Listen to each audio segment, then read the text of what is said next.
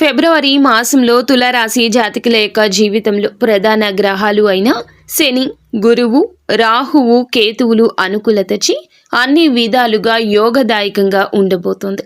సంతోషంగా, ఆనందంగా ఉంటారు.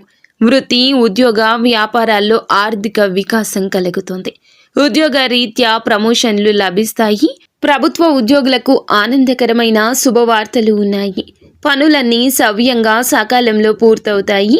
గతంలో ఆగిపోయిన పనులను మళ్ళీ పునః ప్రారంభిస్తారు. ధనాదాయం అయితే చాలా బాగుంటుంది.